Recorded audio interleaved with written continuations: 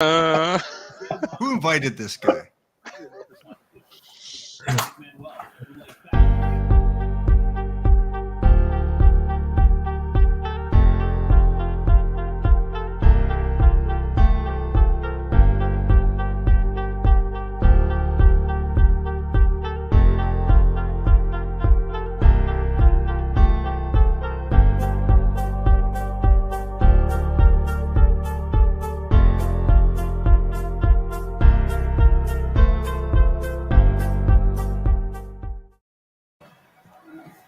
Welcome to Life in Alberta and the Average Albertan Podcast number 6.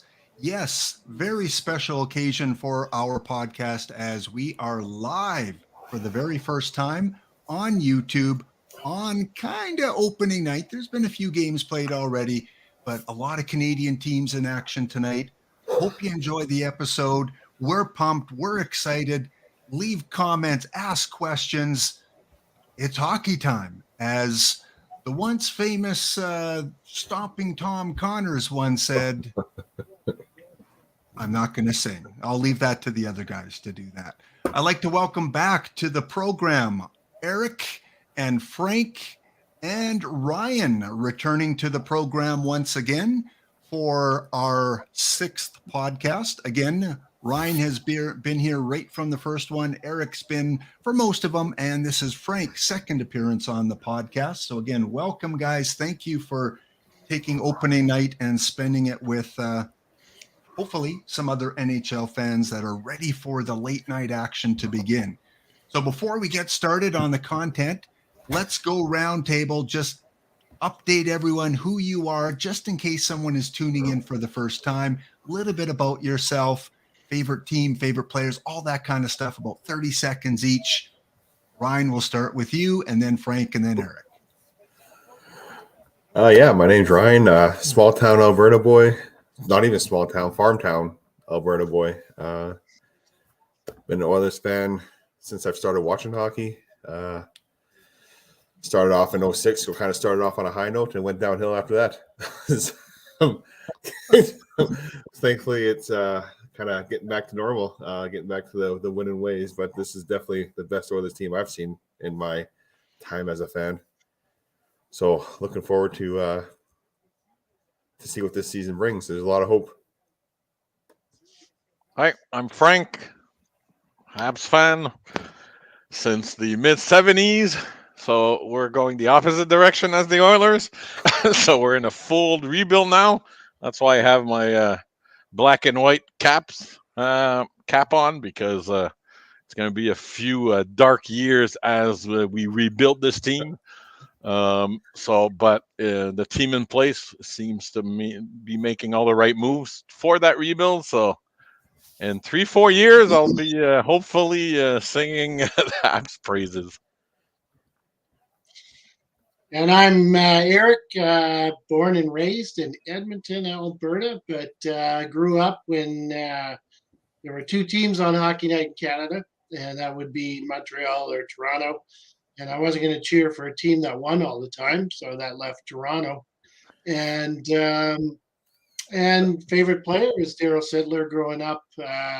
February 7th, 1976 is etched in stone. That's 10 points. That's beautiful. Still my favorite player. And hopeful. As I tell people who give me a little bit of slack, hey, the Leafs were really good in the 60s. That's about pretty much all I got. I'm looking forward to when the Leafs can win, and most houses have colored television. So that'll be exciting for all of us. And there you have it, folks. You have a couple original 6 fans. Not that they were watching hockey back then, but original 6 fans. And then we have the young guy on the block, Ryan, who is a diehard Oiler fan. So again, this podcast is, going to touch on the entire NHL, but we'd like to focus on the Canadian teams, looking always for someone to come into a future podcast. If you're a Jets fan, a Flames fan, Senators, Canucks, send me an email. You can find the link in the About section of this YouTube channel. Send me an email and I'll get a hold of you and invite you on to a future podcast. Good-hearted, good-natured, die-hard hockey fans from across Canada or even from the US. And hey, if you're in Sweden, can speak English, come on over. We will have you on the podcast as well. Everyone is welcome as long as you're a hockey fan. Tonight, again, is opening night. So today, what we want to focus on is, a little bit of those predictions. Who is going to win each of the divisions? Who are the surprise players? Who might be candidates for the Rookie of the Year? Which coaches might be in trouble along the way? And ultimately, who is going to win the Stanley Cup? So, again, the promo for the episode was, you're going live, opening night. And here we are.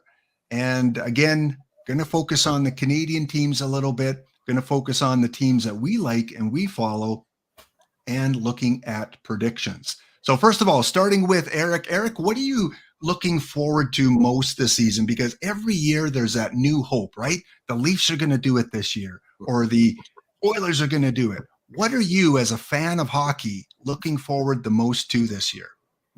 I think as a fan of hockey, and sorry, but I can't lose the fact that I'm a Canadian hockey fan. And I remember that year when 7 Canadian teams did not make the playoffs. And that was horrible, right? So what I'm excited about is Canadian success. And yeah, I guess Calgary's part of Canada, but and that's unfortunate. But still, and I'm sorry for Montreal, although they're doing fine tonight. Because I respect Montreal. It's a winning city. It's a classy city, and they're gonna rebuild and go from there. But what I'm looking forward to is success in Canadian markets. Ottawa looks better. Hopefully Winnipeg will pick it up. Vancouver looks better. And so Canadian success is what I'm hoping for to keep us all interested. Okay. Yeah, cool. I know Eric is, all about the Canadian teams. And even though he's a Maple Leaf and an Oiler fan, even the Flames, if they make it to the finals, he'll be rooting for them because ultimately, or you won't? No? No, I won't. I'm sorry, Glenn. I'm going to say this out loud, but I'll root for Satan over any. Sorry, buddy. But yeah, that's the truth. I can't wait. I can't wait for our podcast in June. That's going to be great podcast in June. Calgary's in the finals. Well, Eric, they do have the same color uniform. So, hey, you got that going for you. There you go. All right. Ryan, what are you looking forward to most in this NHL season? Well, just getting it started. Last year, we got a taste again of the rivalries, which I think we missed for the last 2 years with the COVID COVID, whatever you want to call it. Having the fans back, you got the taste of those rivalries again, and it's just going to be ramped up this year, I think. It looks like a pretty competitive field out there. Doing the predictions last night, I was having some problems trying to guess who's in and who's out. I know it was pretty easy in the East last year, but it looks like some teams have closed that gap. So it's going to be fun watching the teams judge for position. Honestly, I hate Calgary too, as much as Eric, but I'm happy that they managed to find a way to be competitive still and not just roll over and take the beating that they were set up to take. And see, if you're watching this and a Calgary fan, come on to the next podcast. Defend your team. You're getting attacked right now. Yes, I know in Alberta it's very divided between Oiler and Calgary fans. So let's go out east. And Frank, what are you as a hockey fan looking forward to the most this season? So I'll put my answer twofold. So for my Habs, it's the growth of the kids. So Caulfield last year was a favorite to win the Calder. Early season did not go well under Ducharme. St. Louis came came in, and then he just exploded. He tied Bunting for the lead for rookie goals. So he basically did that in half a season. So Suzuki captain, is he going to be able to withstand the pressure of being a captain so young? And then the rest of the cast. There's so many, like everybody's young on the Habs right now. And then overall in the league is going to be the race for the playoffs. Like Ryan, in the East, I had trouble eliminating teams from the playoffs, but in the West, I had trouble putting teams in the playoffs. And if we went back to the old system of 16 teams, I think there would be 9-10 teams from the East and 6 or 7 from the West, because of the East is so strong. It was hard to say who's not going to make it, and we'll see with the different predictions we've made. I'm sure they're top of the board, pretty similar, but it's the 6, 7, 8 teams that are probably all over the board within us 4. I don't know. I didn't see all of our predictions, but that's what I think happened because it was not an easy task. Okay, yeah. And speaking of predictions, let's kind of take a look at how we think the season is going to shape up. Again, before we'll do that first, and we'll get to tonight's action a little bit later. But I gave all members of our panel a task. I said, I want you to predict all 4 divisions, how they're going to finish up in the regular season, and then who your 2 Stanley Cup finalists will be. And then I said, I want you to, kind of go over one division. You become the expert for one of the divisions. So I'll quickly go first in terms of the Central Division, who I think is going to, win the division and come last in the division. I've got Colorado ranked number 1 in the Central. I just think they're a class ahead of everyone else. I don't think any other team comes close to them.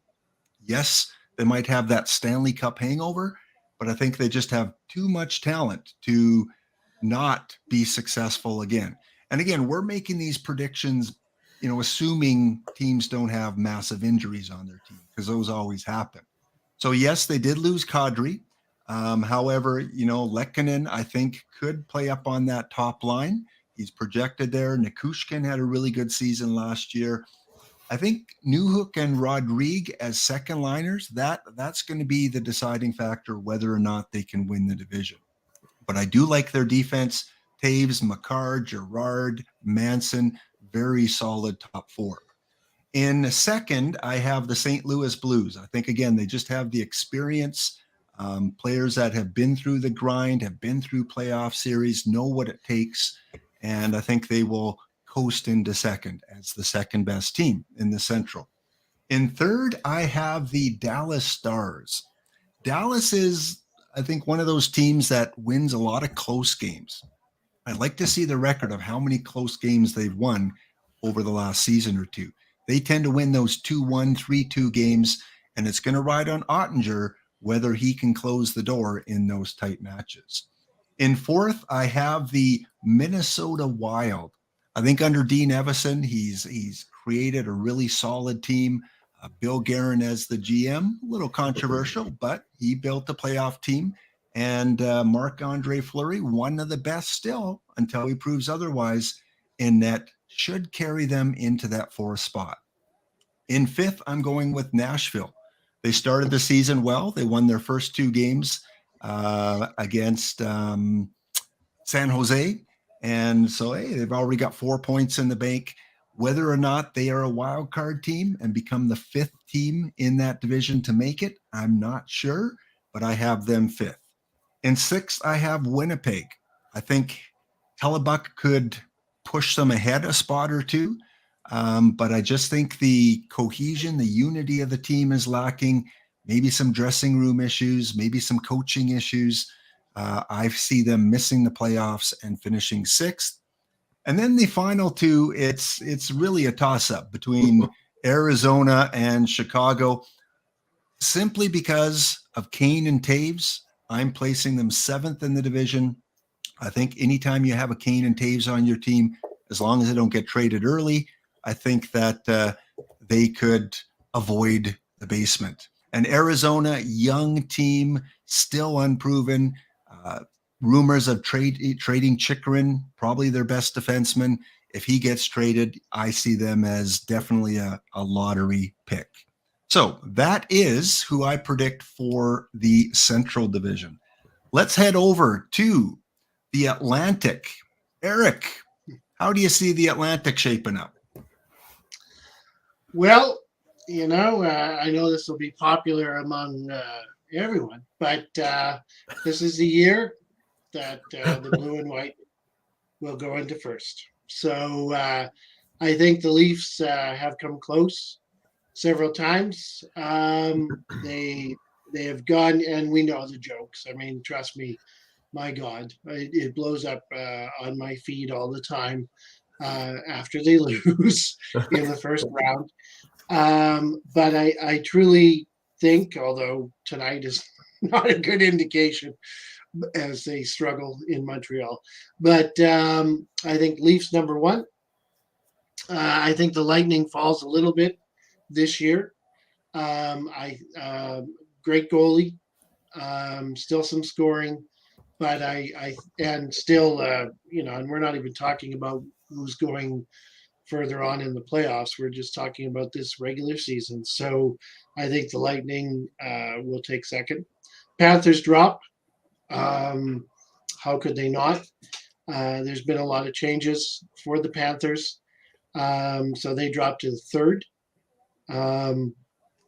But something that warms my heart, I think Senators are in fourth. I think they're going to move considerably. So that's a huge move. But just 1 second here. 1 second, Eric. I got to interrupt you. We got a special breaking announcement from Frank. What do you got for us, Frank? Oh, God.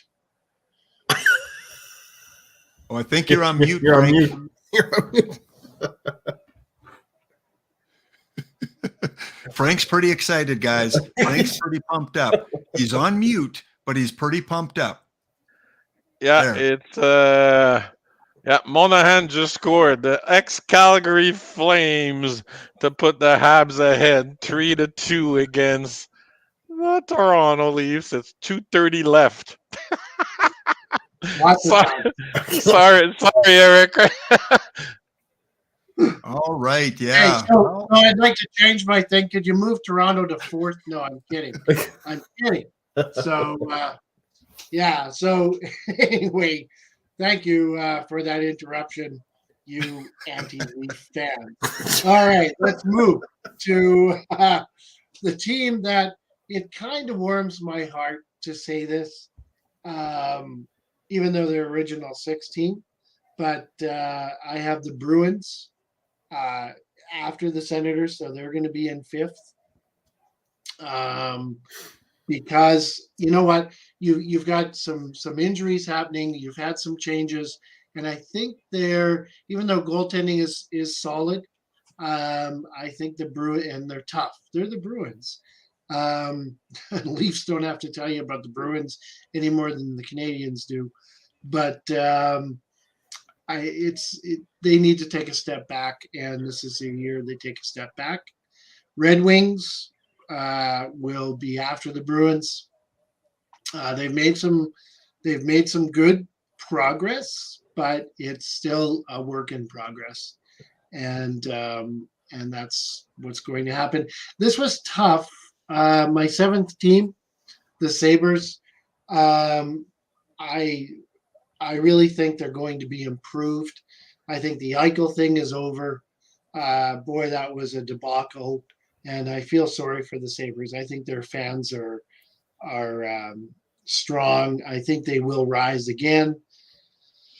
Not this year, but they're going to be a fun team to watch. If I was living in Buffalo, there's been this would be the year that you'd want to go out, because it's going to be close. They're going to show some promise, and I think it's going to be promise that sticks. And unfortunately, I hate to say this because I respect the Canadiens so much, but but how could they? They're reloading. I'm not going to say they're rebuilding. I'm going to say they're reloading. You can see what they're doing to the Leafs tonight. It's always going to be the case. They're a nemesis for the Leafs, and God bless them. I don't know what their overall record is, but trust me, it's not hard to say that it favors the red, white, and blue much more than it does the blue and white. But you know what? It's okay. Canadiens fans are strong, and they got all those damn cups to surround themselves with. They'll be okay, and they'll come back too. So there you go. That's my Atlantic. Cool. Yeah. And again, the score right now is 3-3 towards the end of the third period, Leafs and Habs. So Leafs are showing that. Was there no breaking announcement on that, Glenn? What about that? Yeah, well, I went like this, but didn't grab any attention. But Nylander scored, so with 150 left, so there was plenty of time. And again, a turnover. It was a turnover, and he was alone against Allen. So. Almost went offside. Almost would have been a riot from Toronto. Yeah. All right, Ryan, you are up. You are covering the Pacific Division, and how do you see this ranking when we get to April 1st to 8th? I have to go with my heart. I think Edmonton's going to take the division. I think it's going to be close right down to the wire between Edmonton and Calgary. I think Calgary might have a better team on paper, but I think it's going to take some time to get that forward group to mesh. It's a lot of change over there. So we're going Edmonton first and Calgary second. I think Calgary will come out slow, but finish the season strong, and Edmonton's going to come out a little better and just kind of keep it throughout the season. But I think that'll be enough to keep Edmonton in first. But I don't think there's going to be a lot of difference. So I got to go with my heart over my head. And, Edmonton over Calgary. Next, I have Vegas. I think they're going to have a bounce back this year. Of course, injuries aside and all that good stuff. I think I can see them getting in at third. Might be a hope and a dream. I don't know. But they could be in the playoffs. They could be out of the playoffs. I wouldn't be surprised either way. But I think third is the place I found them. And just squeaking into the playoffs, I have Vancouver, depending on their injuries that they're starting off the season with. But I had Jesus.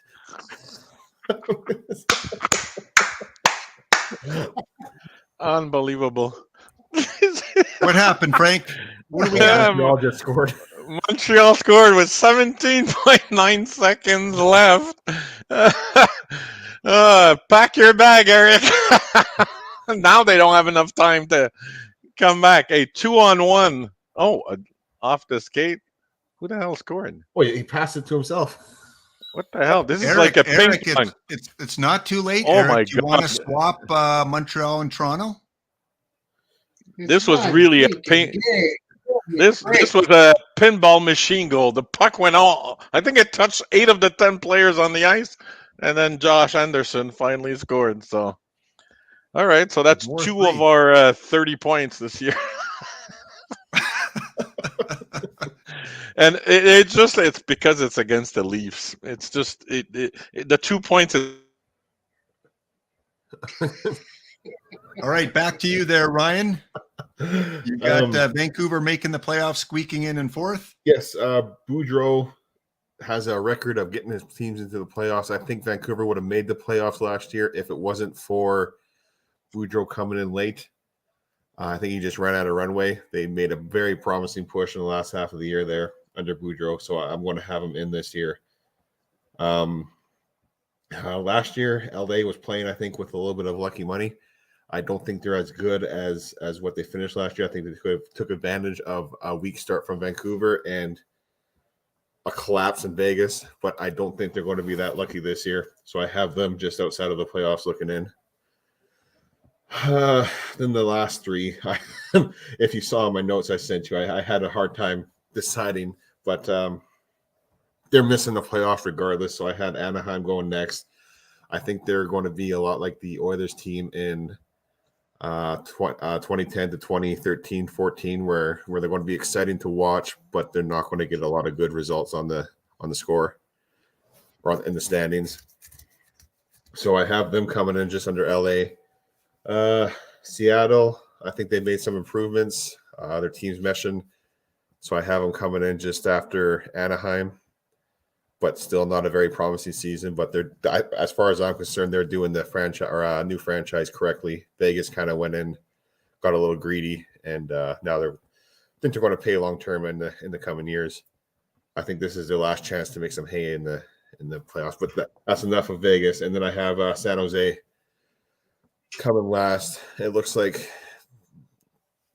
they need to start looking at a serious rebuild here.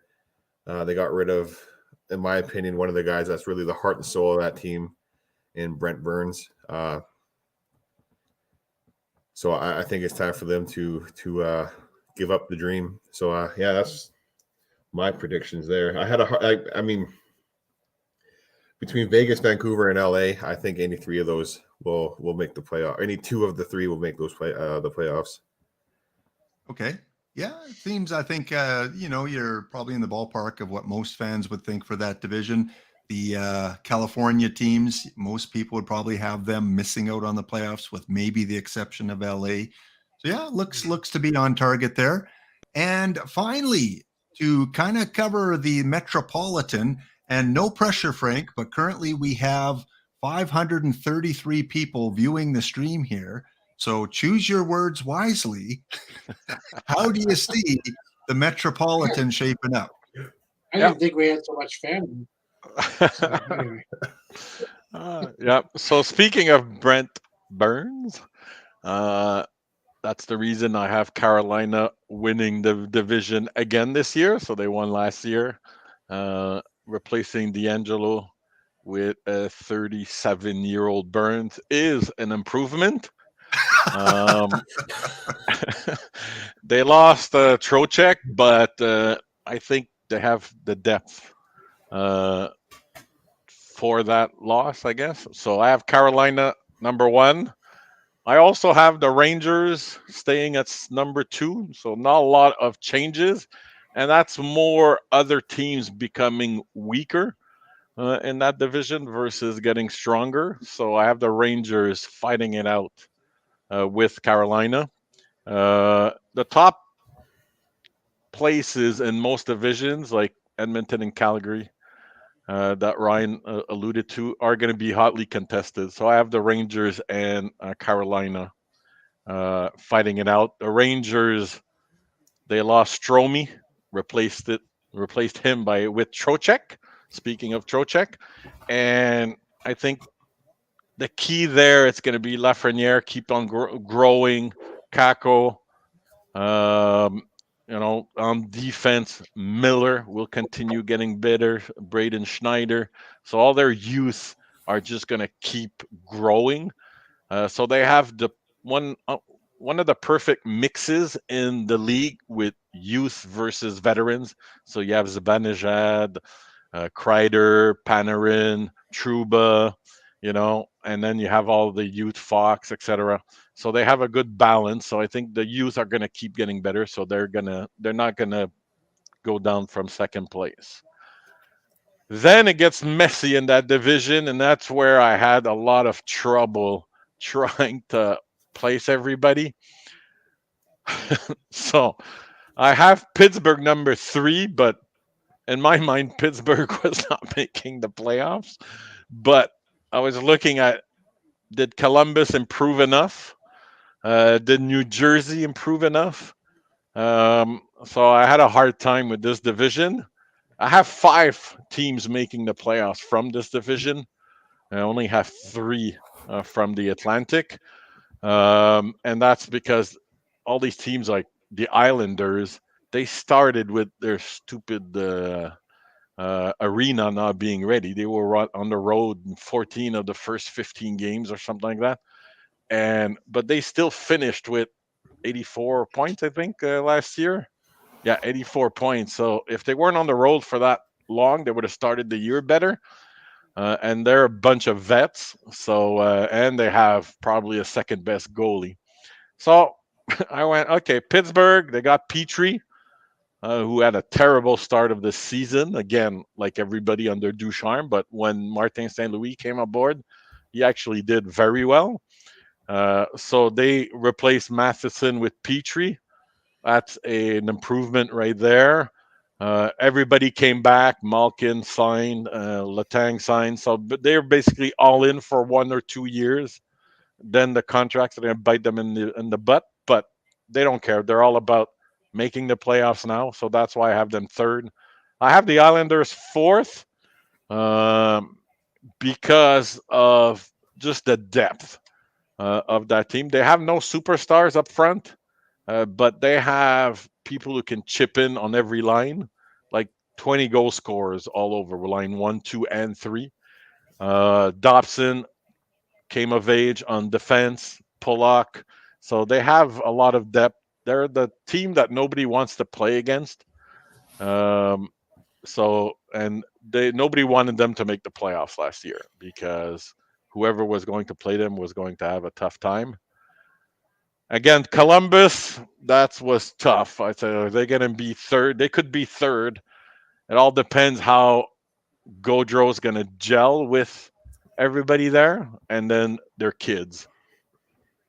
But I have Columbus in fifth, but making the playoffs ahead of Boston from the Atlantic. I don't have Washington making the playoffs. That to me was never in doubt. I have them seventh. Sixth in the division, ahead of New Jersey. But again, New Jersey, it wouldn't surprise me that they contend for the playoffs. And then the easiest was Philadelphia because they're a mess. Torts is a good hire for that team because they're a mess. The room is a mess.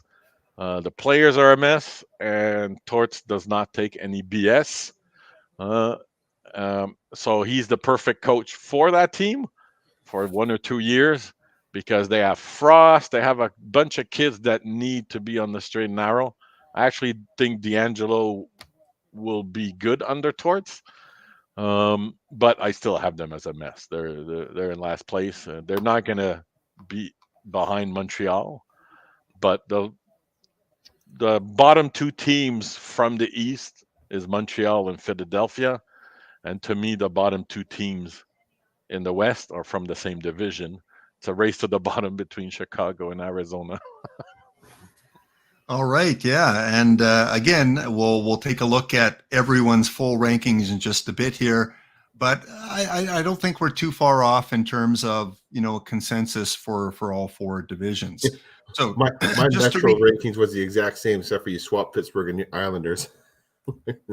Yeah, we'll see how that plays out. So when we look at give me a second here, here's Frank's complete picks, his Pacific, Central, Metro, and Atlantic picks. So he has Calgary winning the Pacific and Florida over the Leafs in the Atlantic. Yep. So interesting pick there. And he has predicted the Rangers and Calgary. Why, Frank? Rangers and Calgary to make the final. Usually teams have to lose before they win. And I say usually because Toronto has perfected the art of just learning to lose every year. But if you look, Tampa got swept in 4 by Columbus before they learned how to win. And the Rangers, they have a lot of youth on that team. And they got their ass handed to them by Tampa 4-2.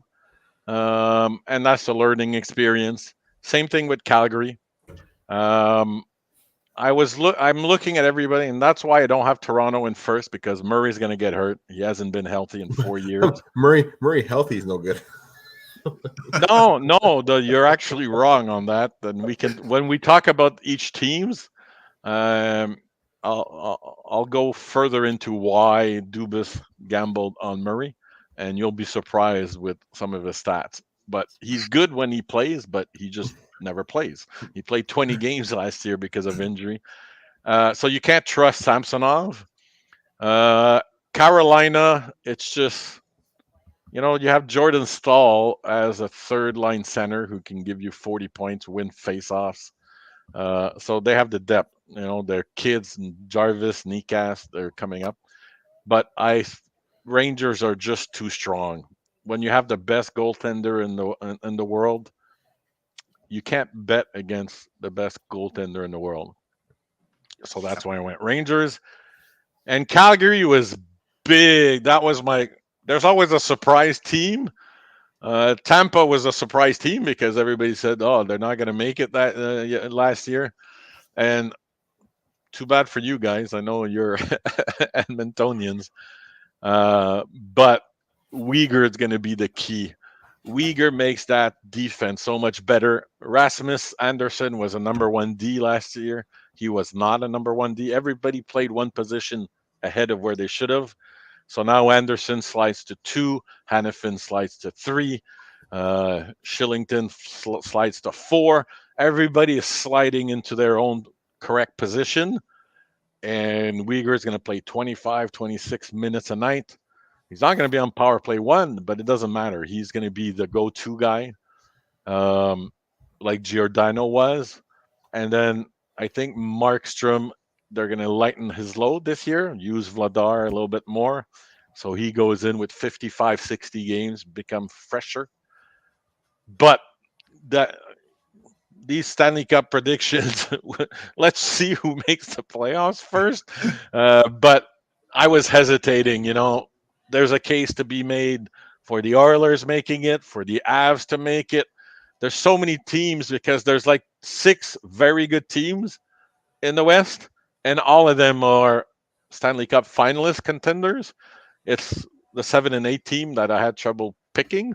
That's why I said there were if it was the old NHL, there'd probably be 6 and 10. But I went with Calgary, gut instinct right there. I think Huberdeau and Uyghur are gonna really push the Calgary over the edge.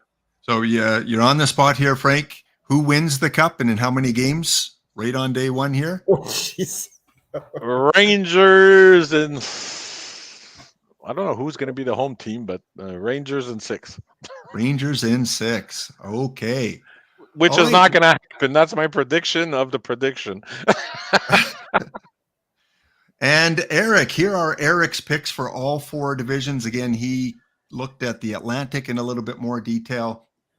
He's got the Oilers, Colorado, the Rangers, and the Leafs. So again, very similar to what a lot of experts would have.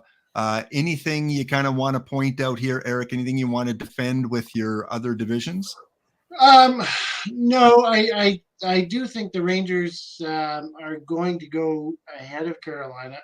Carolina seems to be the darling right now, but I think the Rangers have something, and Lord knows the NHL's excited about that because, of course, you want the big market. And Colorado, they're going to be strong. I see them probably from a separation standpoint of all these divisions. Colorado is going to be separated from St. Louis by the furthest amount of points. I think everybody else is going to be very tight, like into the last 3-4 games kind of thing. So whereas Colorado will win it outright pretty quick. But the other thing that I want to mention is the one that I had trouble with is the Nashville, Minnesota. Nashville is a very big team, and Nashville has been close and close and close and close, and a lot of times, and I know we're going to talk dark horses, and I guess I might be giving a little bit of a foreshadow, but they're a big team, and so that was a tough one. I like Billy Guerin. I like what he's done. Minnesota it wasn't that long ago that Minnesota was a bit of a boof. We don't know what's going to happen there. And Billy came in and did his thing. So we'll see. But yeah, no, I'm quite comfortable with the Oilers winning the Pacific. I think they're going to have a much stronger start. And Calgary is going to be in a catch-up mode. And as my Leafs have shown on so many occasions, catching up is difficult. Getting ahead is okay, and staying ahead. Well, my Leafs show that that's hard too, but I think the Oilers have to have a strong start, and Calgary will take a while to gel, and that's going to play a part, and even Columbus. It's great to have sexy new players, but it doesn't happen overnight. And sometimes those players, so teams that don't do a lot in the off season, sometimes are the ones that, slow and steady wins the race, and that happens. And we'll see what happens. But I was pretty happy with this. Like I said, anytime you can put, I agree with Frank, by the way, that the Metro is stronger than the Atlantic. I think from a playoff perspective, you're going to see, the wild cards coming from the Metro, the top three teams from the Atlantic. And I don't know, when we look at the Pacific and I know the Pacific has been kind of poo-pooed as a weak division for a while now, certainly last year. And I think LA is really, really up and coming, and that to me warms my heart. Vegas had a good run, but it's time to take a back seat. Although Jack Eichel has looked like he might do something now that he's healthy and is going to have a full year. So we'll see. Yeah, the push on that is the big change with the Pacific, which everybody says is the least strong division, is Chicago tanking. So you have the Central Division playing 14 games against Chicago and Arizona. Winnipeg all the way to Colorado should win 6 of those games for each team. That's 24 points in the bank in the Central. So they're going to look stronger than the Pacific by points. Yeah. But that doesn't mean they are, because they're getting freebies. And I don't see Chicago and Arizona doing what Montreal did tonight, because there's something special when Montreal plays Toronto. For sure. Yeah. It was the same thing when the Nordiques had 31 points. They would play well against Montreal. And our pet peeve team back then was the Hartford Whalers, which they suck, but they always beat the Habs. And, but that's not going to happen against Chicago and Arizona. I don't think these two teams would have a winning record in the AHL. That's how bad they are. Tays and Canes, who cares? That's 2 people, and they're not even on the same line. Well, and chances are they won't last a year. Yeah, but even if they do, at one point in the last game of the preseason, they put them together. If they do that, at least you have 20 minutes of competitive NHLers on the ice, if you pair them with Seth Jones and whoever's going to play with Seth Jones. But to separate them on 2 lines, you can't win 1-on-1 versus 5 hockey. So there's like 14 games from that division that are freebies. Yes. Seattle is not a freebie. Anaheim is not a freebie. San Jose is not a freebie in the Pacific. 3 of them are not strong, but they're going to be hard to play against. And that's the big difference. So it's going to look like the Central is stronger, but there's 2 teams that are useless, basically. Like, they're going to race to beat the Nordiques records of only 31 points. And that's in an era where you get the bonus loser point. So you have to be careful, because people like to look at the standings and the number of points, but you have to look. You play 7 games against your division rivals, And it's going to be the same thing in Montreal. We're not going to win a lot. We're going to be competitive against Toronto because it's the history. Boston, because it's the history. There's an extra level there. But the rest, forget about it. We're Buffalo's going to beat us because there's no history. There's just that extra kick, and especially when it's a Montreal, Boston, Toronto, we have that history that makes us play above our heads, basically. So, Eric, who do you have as the Stanley Cup finalists? And I believe I had the Edmonton Oilers versus the New York Rangers. Okay. Yeah. So just swap the two Alberta teams, and you and Frank Yeah, both see the Rangers. Like I said, that wouldn't surprise me at all. Okay. At all. And who do you see taking it, Eric?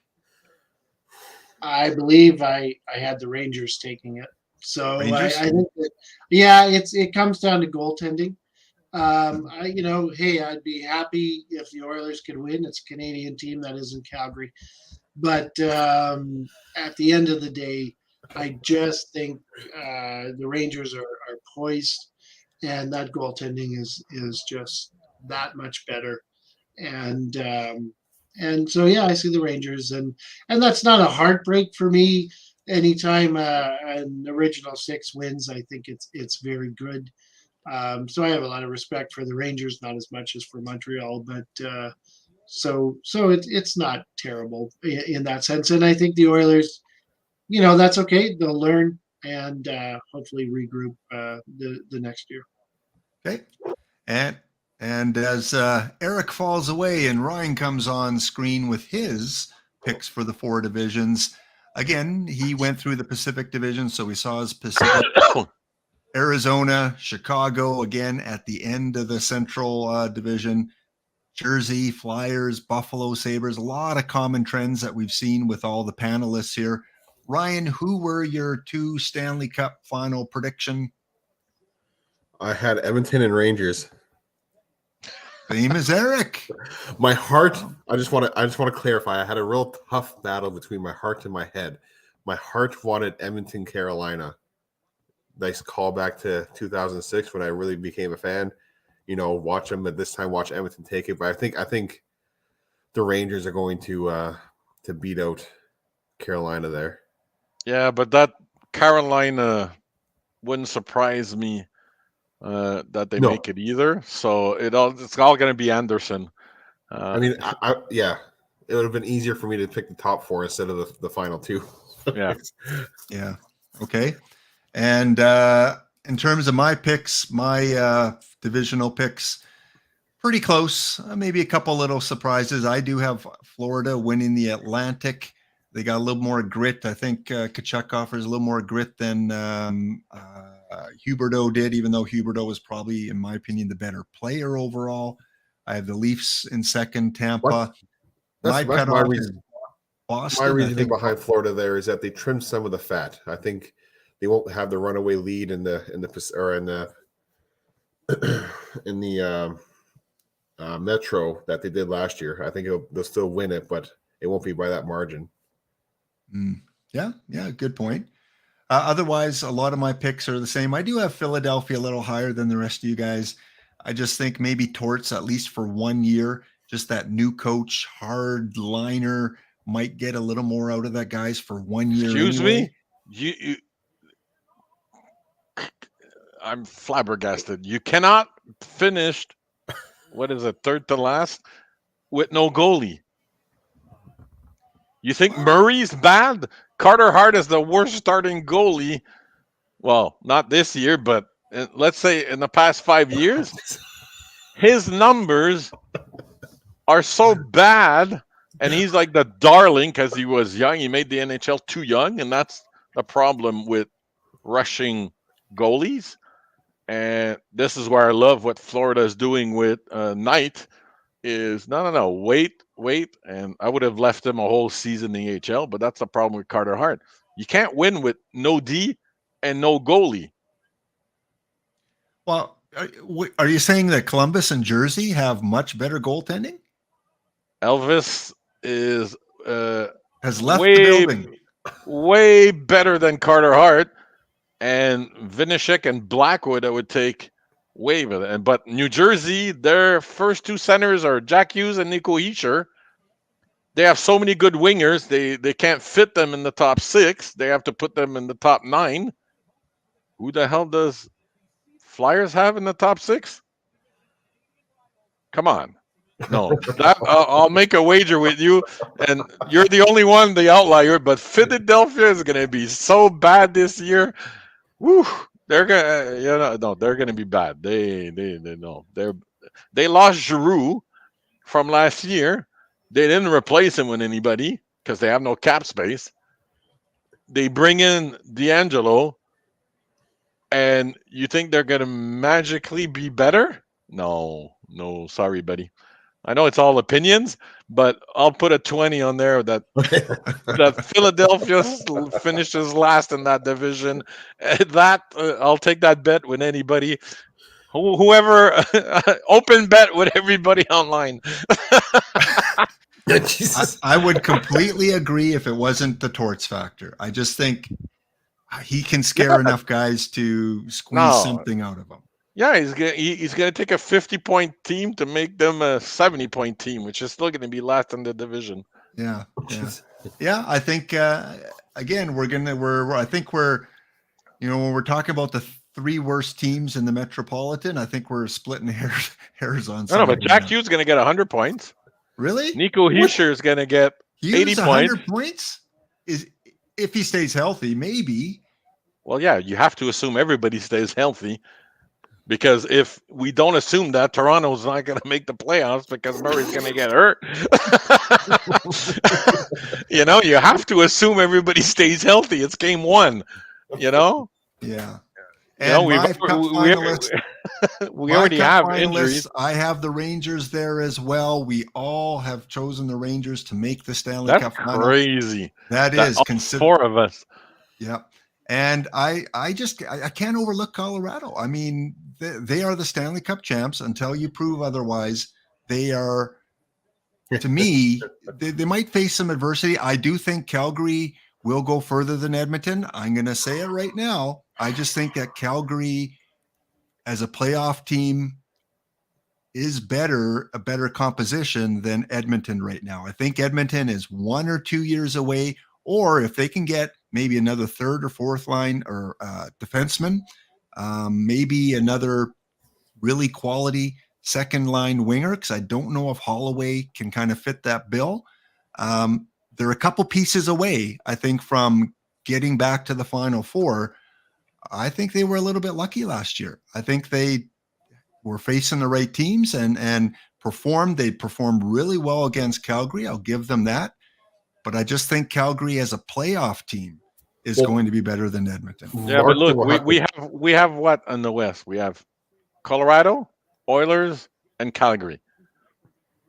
Nobody can argue these picks to make the they're finals. probably the 3 best in the West.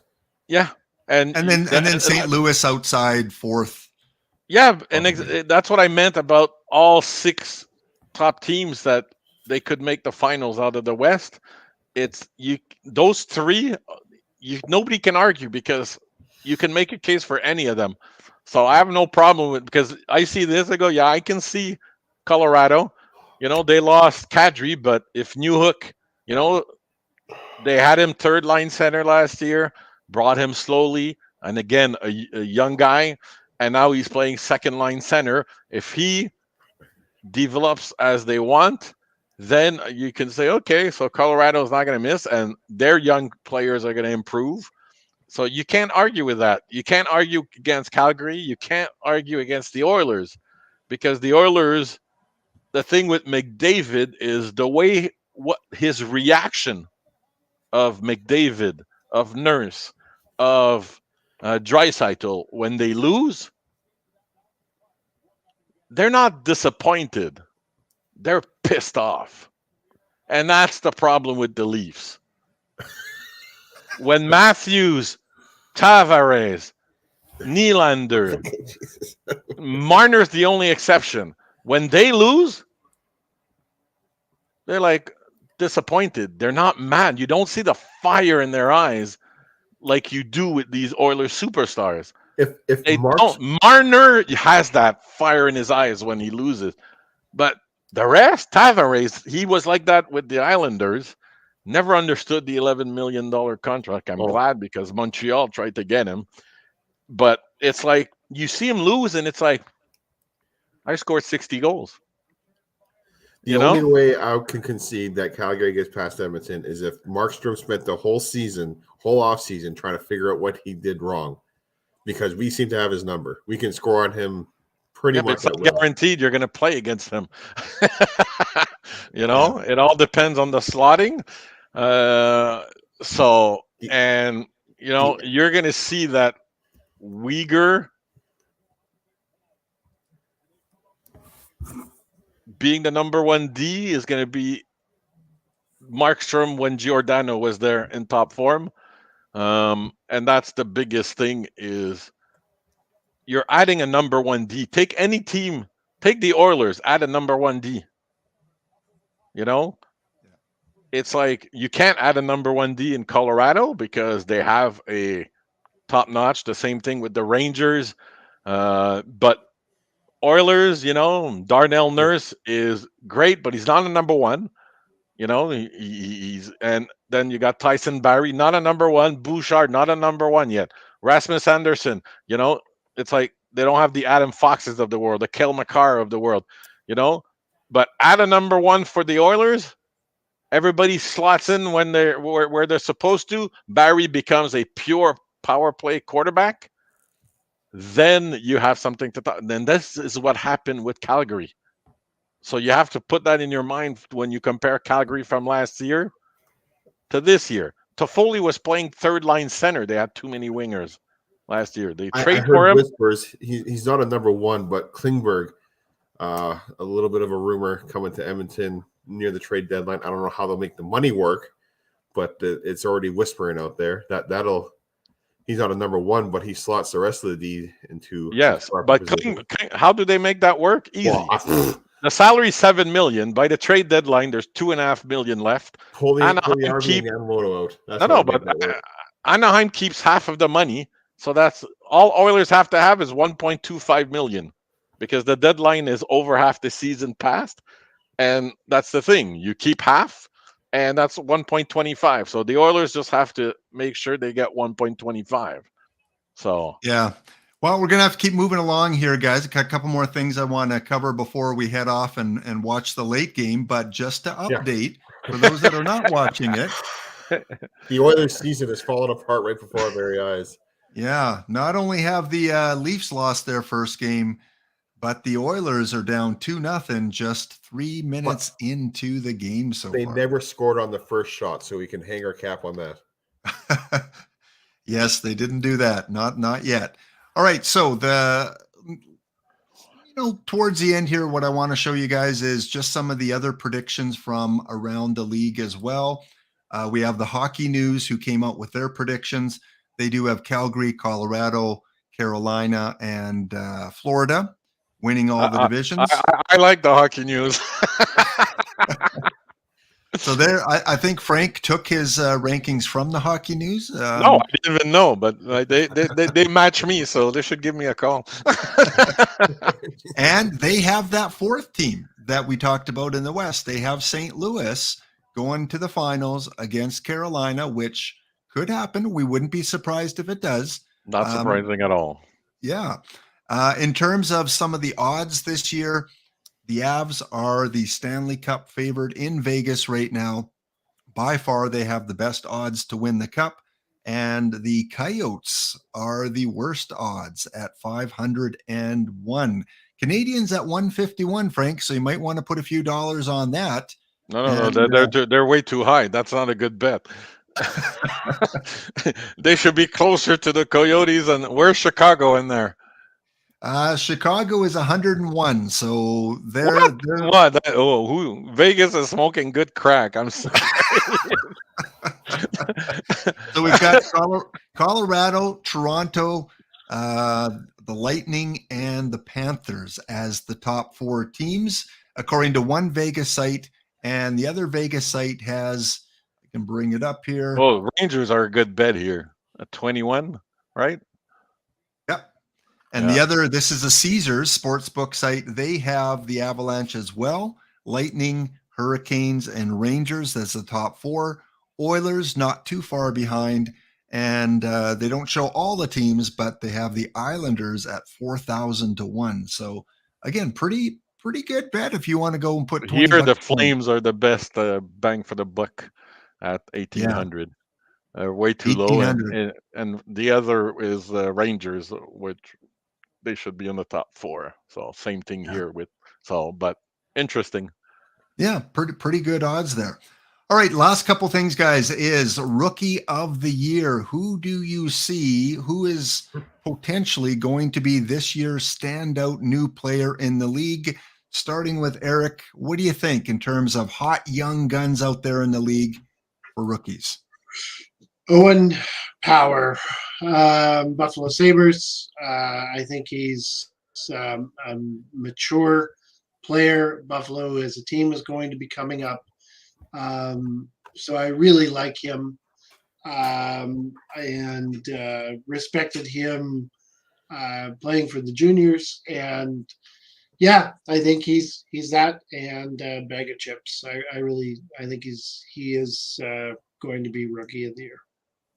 Okay, yeah, and Vegas would agree with you. He is one of their top picks for Calder Trophy. How about you, Ryan? Rookie of the Year? My guy's not even on there. I have Holloway as the potential rookie of the Stuart Skinner's on there. Oh, there's Holloway right at the bottom there. Put $1 on that. Yeah, 5,000 plus 5,000 for the odds. So Dylan Holloway, second line, and I if think he's there, older than most of these guys, and he, as long as he's playing well, will be playing beside either McDavid or Draisaitl for most of the year. So, I mean, they seem to go off of points and goals alone when they're picking these Rookie of the Year. So, I mean, there's a good way to load up points and goals is by playing beside McDavid and Draisaitl for most of the year. Okay. And how about you, Frank? Your Rookie of the Year candidate?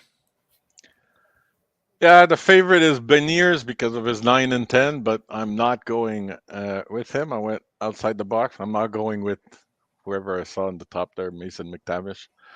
I'm going to New Jersey, Alexander Holtz. Oh, Yeah. So I hesitated between Quinn and Holtz. So they're both snipers. Did very well, over a point per game in the AHL. So they got that development. So Quinn actually got 61 points in 40 some odd games. But Buffalo is a bigger mess. And Holtz is hopefully going to be in the top 6, but even the top 9 in Jersey, it's going to be good there. Yeah. So that's where I'm going. But the Holloway bet there, the odds, 5,000 to 1. It's worth dropping a couple of coins there because Draisaitl and McDavid, whoever plays with them, go for it. Look at what Bunting did playing with the top 6 in Toronto.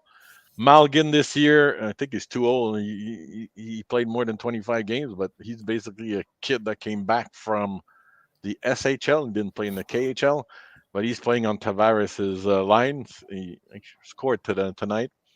So anybody that plays with these uber talented players, you can't go against them. Like Kuzmenko. I don't know if he qualifies because he's 26, but there's a cutoff for birthdays. But he's playing with Elias Peterson. It's like when you have those sweet spots, and 5,000 to 1 to play with Draisaitl makes no sense. So it's a good wager to have, and you gamble that he produces. He played very well in college. Everybody was expecting him not to play a couple of years in the AHL before he was ready. But look, camp is camp, and playing with Draisaitl, put your puck, your stick on the ice, get the puck. So. He's definitely in the best position to succeed. That's for sure. My pick is the Jets' Cole Perfetti. Cole Perfetti, I thought, had an outstanding camp. I think he's going to play top minutes. Again, he was projected to be, a first rounder, which he was for the Jets. I think think he could break out. He doesn't have maybe the same talent that Holloway does, but I think in the Oilers' case, if Holloway falters, I can see them moving him down out of the top 6. Whereas Perfetti, I think it would take a lot to move him out of the top 6. So I think he'll get the premium playing time. So yeah, my pick is Cole Perfetti. So we got 4 different picks for the Rookie of the Year. Which is Finally, normal. guys, let's talk about coaches. Because coaches, they get lonely, they get left out. Jesus.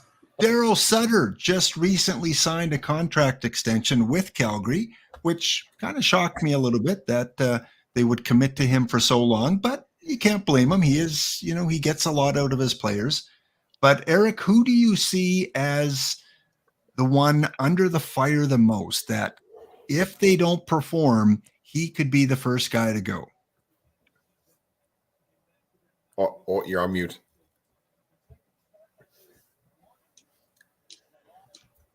Sorry, I'm off mute now. Brad Larson, Columbus Blue Jackets.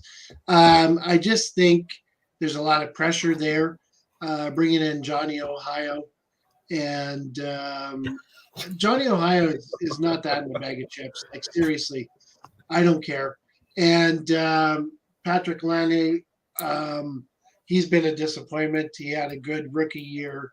And everybody's like, wow, he's really going to come up because, he's playing with Johnny. No, Looks like he got injured today. And oh, really? Yeah. Okay. So there you go. So you know what? I really think the pressure's on. They spent a lot of money. They were looked at as a destination, which still is mind-boggling to me. Not that there's anything wrong with Ohio, go Cleveland Browns, but I just can't see it. And so I think he's, even though he did very well last year, and that's why he was looked at as, something as a coach, I think the pressure's on, and I don't think he'll sustain. So there you go. Okay. And I'm going to go next. My pick for the coach that's under the gun the most is Lindy Ruff from the New Jersey Devils. I think there is a lot of expectation in New Jersey this year. And I think if they get off to a rough start, I think he could be the first guy to go. I think all the teams that we're predicting lower in the standings, your San Jose, your Seattle, your Philadelphia, I think those coaches, even if they get off to a bad start, I think they're safe. I think their general managers kind of expect kind of growing pains and a rebuilding kind of season. But New Jersey, I think, is looking to make that push now with Jack Hughes, as Frank mentioned earlier. And if they fall out of the playoffs quick, then he could be the first to go. Ryan, coach on the hot seat. I think the hottest seat in the NHL, whether the team's doing good or bad, is the one in Toronto. So I think Keefe is he won't be the first one to be fired if their team's doing bad. But if Toronto shows any sustained weakness here, and Dubas isn't walked out the door beforehand, I think Keefe will be let go. They started out poorly already, not that poorly. They stuck into it until the 17-second mark today. But, he started off the season 2-8, 3-7, something like that. Toronto's not going to be very happy. How's that first period going for you right now? Yeah. Well, I'm glad you mentioned that, Eric, because right now, halfway through the first period, Canucks 2, Oilers 0. Yeah, but he's a rookie coach, so you're going to have a little more leash. And Frank, your coach on the hot seat moment, who is likely to be gone first? So, 11 new coaches this year. I don't know if you all realize that. There was as much coaching changes as goalie changes on the teams. So I'm going off the bender and going, nobody's going to get fired this year. What? I looked at everybody's tenure, and I think except 4 or 5 coaches, everybody's been hired in 2020, 2021, or 2022. So, and I looked at the teams like even Lindy Ruff, he got hired 2 years ago. I don't think in third year they're going to get rid of him, even though New Jersey disappoints because they're not in the position to make the playoffs. They don't expect.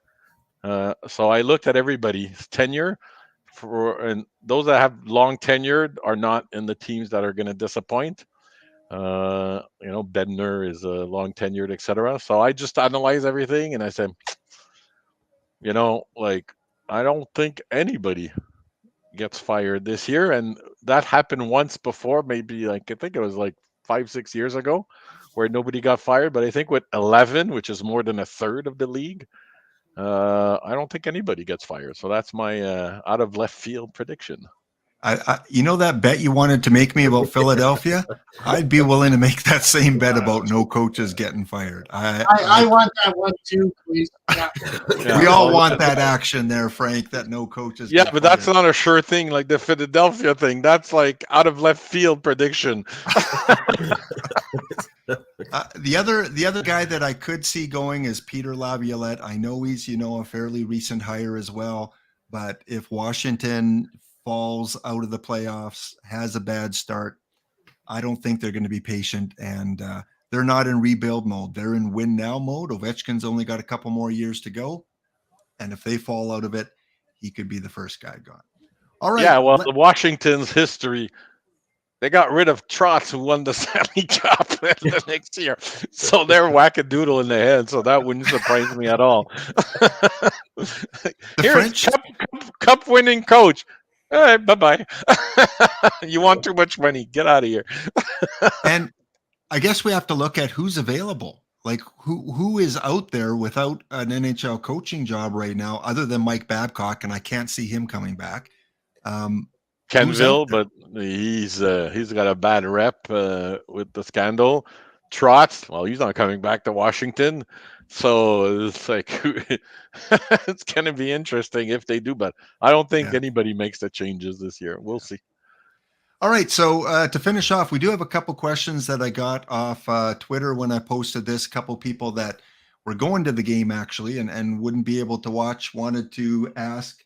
The first one to Ryan, because he is one of the big Oiler fans here, is which Oiler, this comes from Matthew, which Oiler do you see as having the biggest breakthrough year, coming out of left field and having a year like you wouldn't expect? McLeod. Yeah, I want to go with McLeod. I mean, I would like it to be Puljujärvi, but I think that ship has sailed. So I want to go with McLeod. Ryan McLeod. He's got all the tools. He got the hockey sense. He has the speed. He has the size. I can see him leading that third line into a pretty good position. Okay. And I had a question from a Montreal fan, so we'll let Frank handle this one. I know no coaches or GMs would admit to this, but this fan wants to know, do you think behind the scenes Montreal is tanking for that number one spot? No, they're not. They're tanking by default with what the strategy they're using, but they're not going to out-tank Chicago and Arizona, but Chicago is the most obvious. So we're not going to out-tank them. It's all about improving the kids. And you saw it in training camp. They didn't practice the PK until the last week because they were looking at. Montreal has the core of the future that they want. It's just a matter of developing it. Correct, and they want to teach them how to play the right way. And in the final week, they finally started to teach how to play, how St. Louis wanted them to play the PK. So it's all about developing the kids, and they're not tanking, because if they would tank, they would not dress all these vets. They had 15 contracts. Slav is not going to stay beyond 9 games. He's going to go to the AHL. The defense, it's by default they have 4 rookies. But in a perfect world, Arbor, Jakai would have been in the AHL. Same thing with Harris. So no, they're not tanking. They're not doing the Chicago. Buffalo was the last team that was obviously tanking when they tried to get McDavid.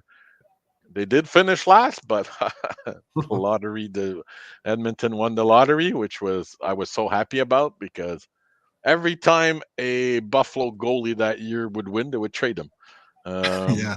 It was so obvious. It was ridiculous. They went through 9 goalies. And they got Eichel, which is good for them. Chicago's doing the same thing. So I'm just hoping they don't win the lottery because they're being too obvious. But Montreal's complete opposite. They just don't have the experience for the youth, and their vets are not that great. Signing Hoffman was a head scratcher. It's like, that's why it's not going to be on purpose. Losing your number one, I was talking about Uyghur.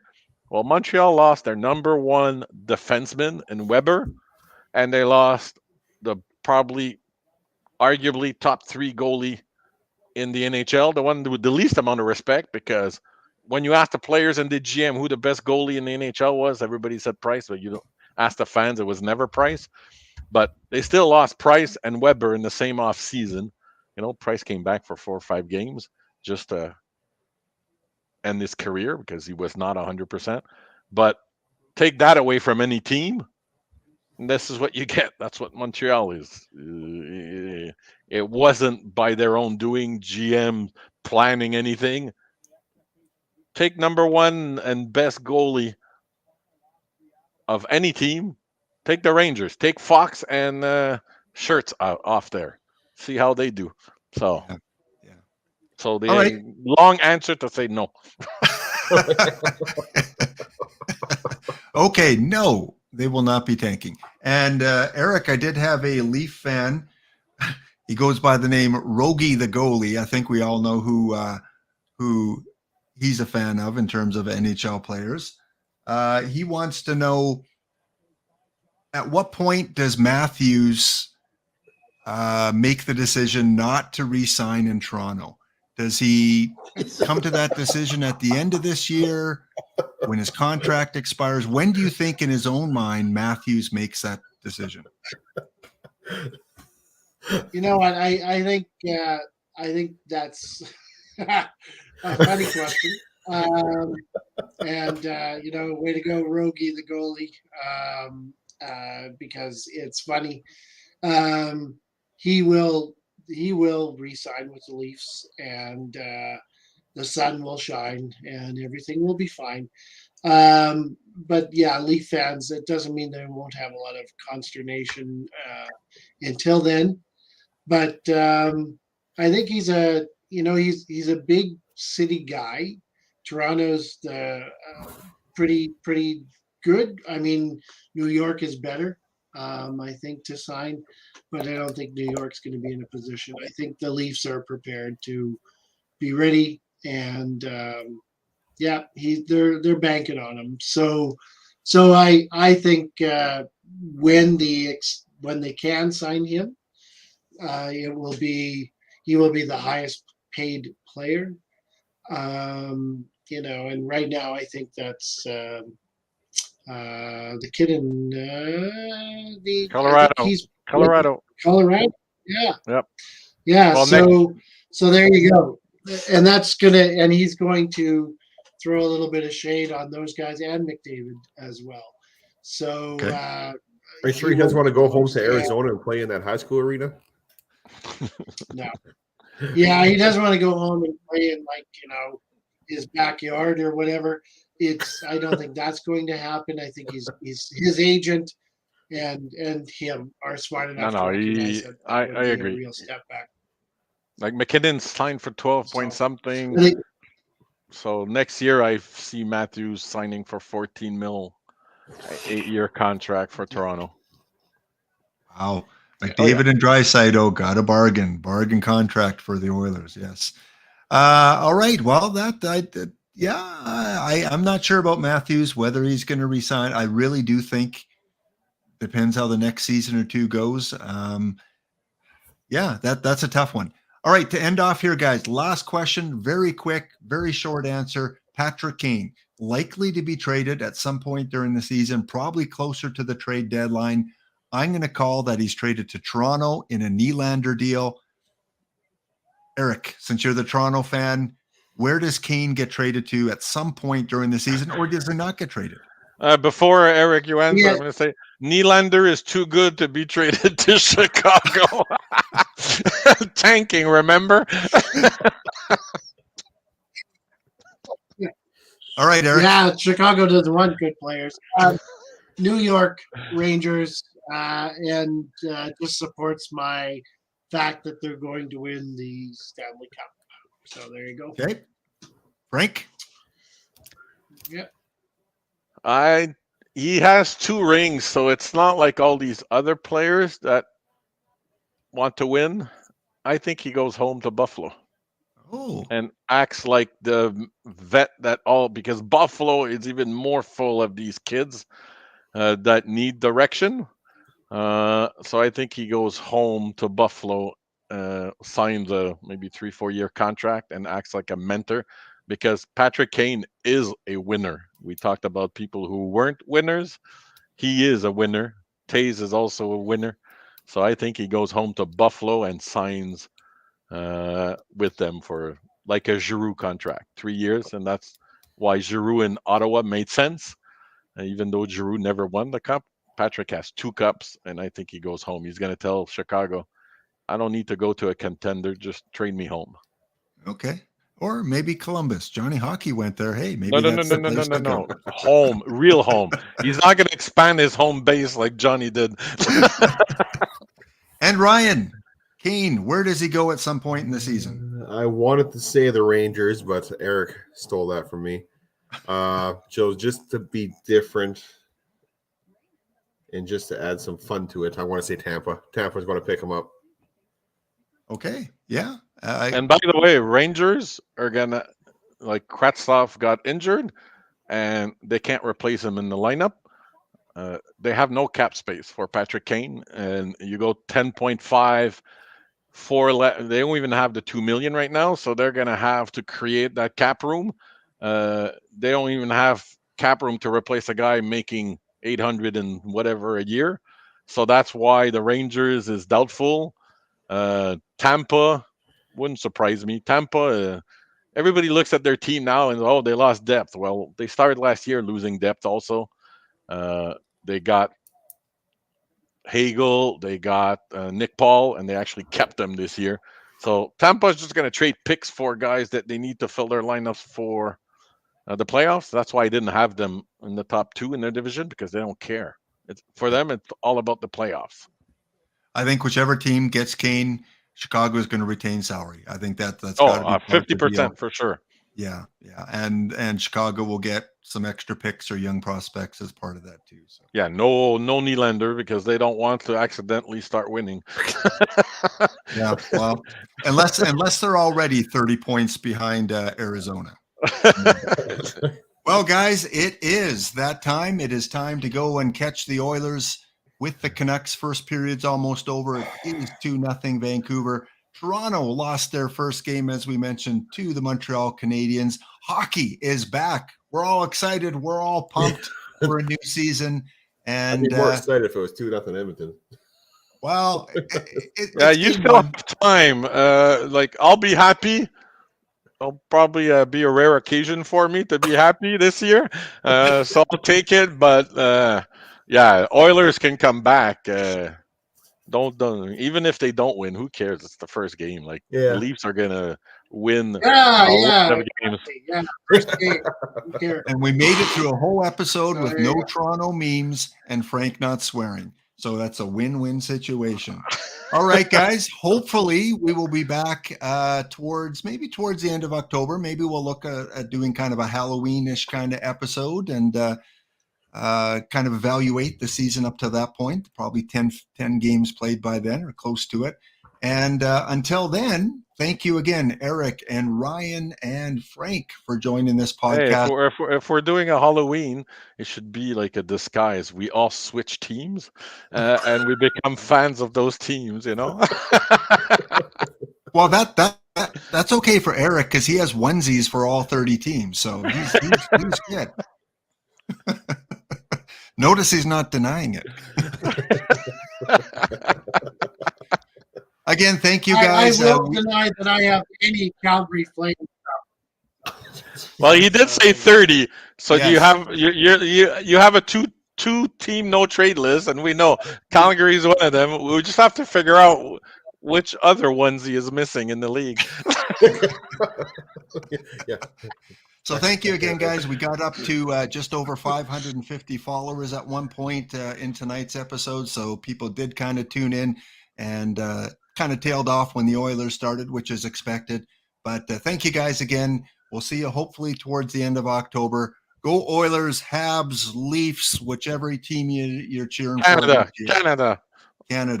All right. Thanks, guys. Have a wonderful All right. night. Thank you.